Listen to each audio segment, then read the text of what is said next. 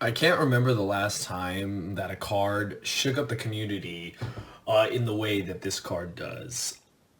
This card is ridiculous. What's going on, you guys? I'm here with a new discussion today. Pretty much the most popular discussion topic right now on YouTube, and I'm, of course, probably one of the last ones to talk about it just because, man, this card is dumb, but at the same time, like the title said, this deck is not unbeatable. This concept is not unbeatable.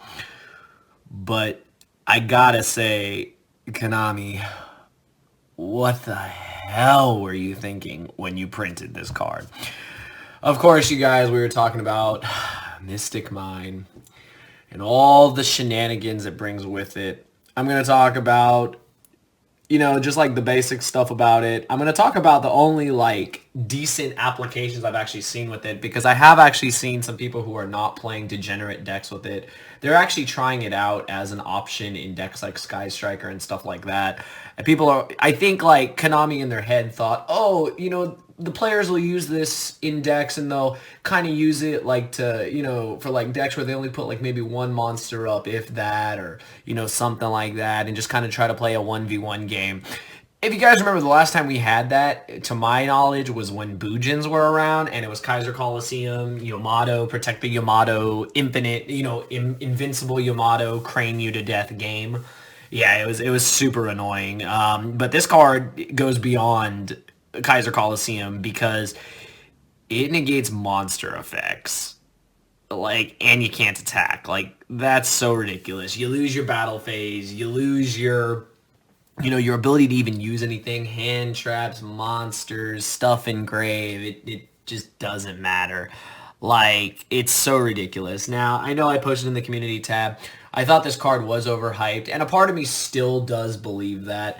I feel like a card like this is something that people are going to build the deck. They will, guaranteed. You're going to see it at regionals. If you're the asshole that brings it to locals, I mean, you might be asked to leave. If you guys watch Tom Box's video, shout out to you, Tom. He made an amazing video. He even said he wouldn't build the deck in real life because you don't want to bring this. You don't want to bring this deck to locals. I'm just gonna tell you right now. You bring this deck to locals, like you're gonna make enemies, and people are not gonna want to even associate with you. And I'm just giving you a fair warning. Like, don't be that person. Now, on the other spectrum, yes, I know it's a deck. Yes, I know all these cards are legal. Yes, I know it's a Yu-Gi-Oh deck. But I mean, do you really want no player interaction? I mean, we've had decks like that where there's no player interaction whatsoever. But I mean, do you really just want like your opponent to like just honestly just not like you? Like if you guys are friends at locals, you might not be friends anymore. But yeah, so my thoughts on this. Everyone is talking about the Chainburn deck. Everyone is talking about how, you just activate this. You have so many ways to search it. You got Metaverse. You got hard drawing it. You have all your draw cards.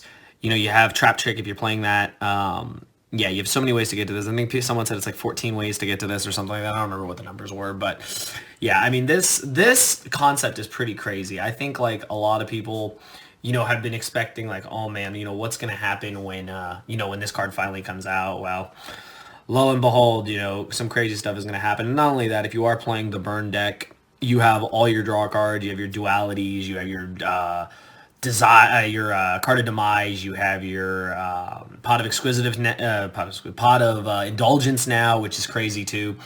But at the same time, I feel like a deck like this, while powerful, while honestly ridiculous, it's not unbeatable.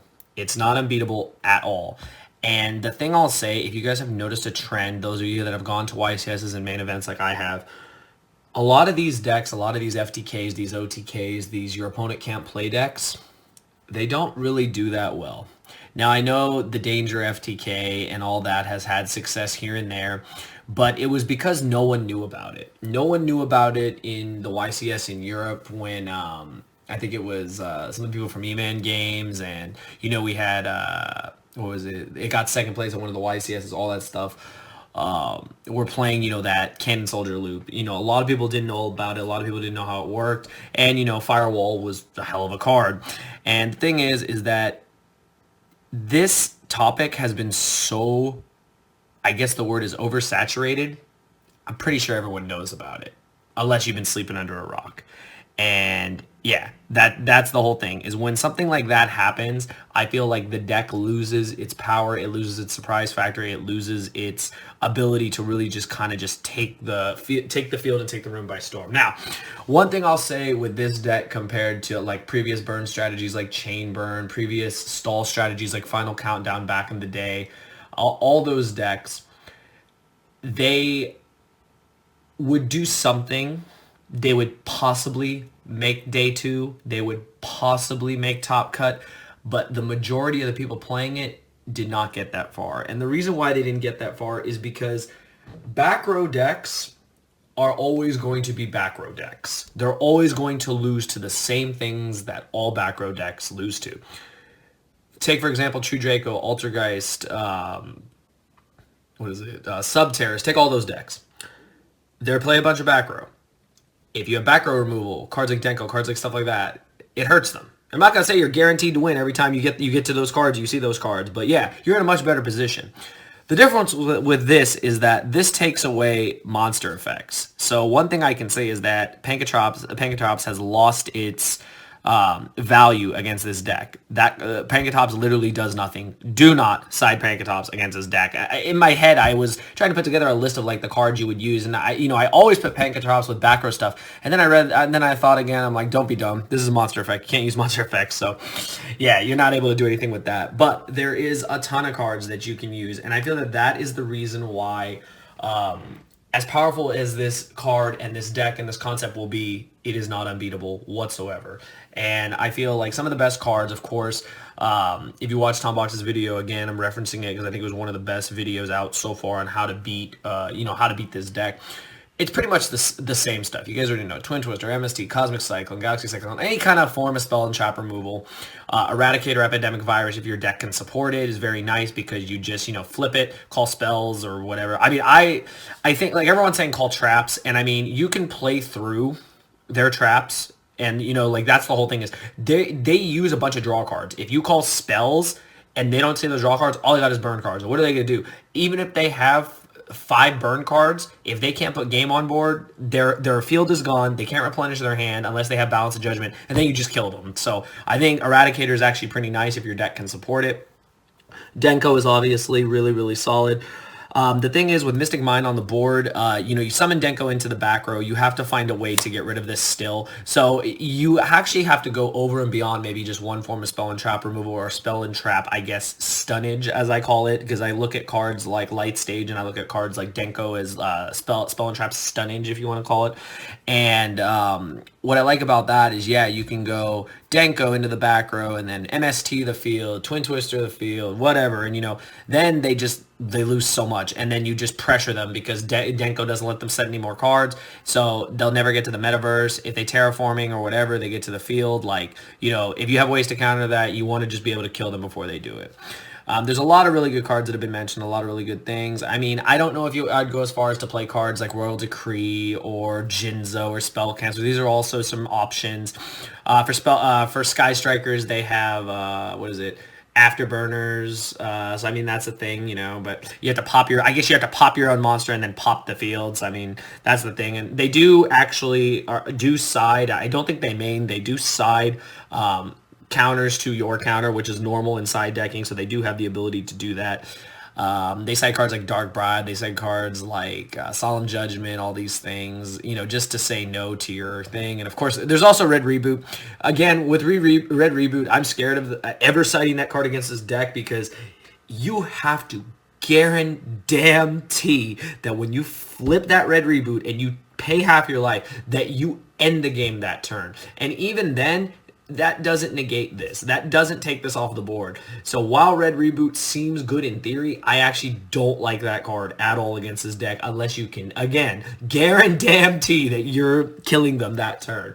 But there is one card that I've noticed not a lot of people have actually mentioned. If they have, I might have missed it. And it's a card that I thought of because it's a card that has come up in discussions amongst me and my testing group and stuff over and over and over again. And it's a card that I feel is quite good against this deck. Now, I don't know if it's worthwhile to actually side this card depending on what deck you play, but I think that card is Curse Seal, the Forbidden Spell. So for those of you that don't know, it reads, discard one spell card from your hand, negate the activation effect of a spell card, and destroy it. Your opponent cannot activate spell cards of the same name, including the spell card that is destroyed by its card effects, during the rest of the duel. So that pretty much means if you go Mystic Mind and I go Curse Seal the Forbidden Spell, discard a spell, you can't play Mystic Mind for the rest of the game. So what are you playing at that point? You're playing draw cards, you're playing traps. It's basically just back to a regular Chainburn deck. And you're not going to have any monsters, I can guarantee that. And if you give me Ojama and you don't kill me, I'm linking away with them, and I'm going to kill you. So this card, I think, is something that I definitely want to test, and it's a card I hope people will test, because I think this is not obviously the best card, but it is definitely something to try out, because it's a counter trap too. That's really, really important. Is the only way to counter this is with another counter. If they don't have another counter, I mean, you got it. And this is really good. You set it going first, and you just do whatever, set up your board. They go Mystic Mind, you go Curse Seal if you've been spell. Mystic Mind is gone. You're just playing against the traps. And I mean, if they go down from, say they terraforming for the field, for the card, then they put the card, they only have 4 cards in hand, they set 4, go field, you go Curse Seal, they're down to just, they're 4 back row, and if you got a board, you push through that 4 and kill them. If you put more than 3 monsters, Ojama Trio doesn't work, just kill them. And that's literally just kind of the way you got to play against it. But I feel that this is a card that not a lot of people have been discussing, and I think it's definitely something that I wanted to bring to your guys' attention. I think it's a decent option. I mean, it's definitely not, I guess, like the best. It's not as free range as like Twin Twister and like back row removal is, but this is a card that literally says no to the whole field spell. And I mean, I literally would hold it for this. I would let them, if they don't get to the field spell, through their first couple actions, like activating a pod, activating demise, wherever it is, hold it for the field spell. Let them draw their crap and hit the field spell. And I mean, if you built a board, let them, and just hit it. Like, I think it's really, really solid. So that's pretty much it on the video today, guys. I kept a pretty calm approach to this because I did think this card was overhyped, but upon seeing a lot of games, upon watching a lot of content from other creators, and hearing what you guys have sold me about this deck, yeah, it's scary. It's dumb. I really wish it was not a deck in this game, that it was something that would be abused with like stalling or burning. But I really, I think this card is actually low-key kind of cool in Sky Strikers. Just saying, like, you're pretty much on a 1v1 monster, then you just Hayate your opponent to death. I mean, that's kind of cool, but that's the only thing that I would respect about this card, is that kind of works in that deck. I don't know what other deck it would work in. Maybe Noble Knights, I'm not sure, but other than that, I think this card, I'm hoping, maybe even if they just hit it to 1, like, I don't think they could ban it, they could e-ban it. I don't think they will, but, I think overall it's a card that should not have been printed, but at the end of the day, it is what it is. Like I always say, we advance, we adapt, we keep playing no matter the format. But those are my thoughts. Let me know what you guys think. Definitely try this out. Give me your thoughts on this card. I think this card's really, really good. I think a lot of people might have missed this card, and it's definitely something you want to try. I really value this card, and it's something I would definitely test out. But let me know what you guys think in the comments below. If you enjoyed the video, just those. Yeah, those. And the bell thing. I don't know how to, those are hard. I don't know how to do the little bell, but it goes bing. It goes ding, yeah. Anyways, I hope you guys enjoyed. Give it a thumbs up. Give me your thoughts in the comment section below. I'll see you guys next time. Thank you for watching.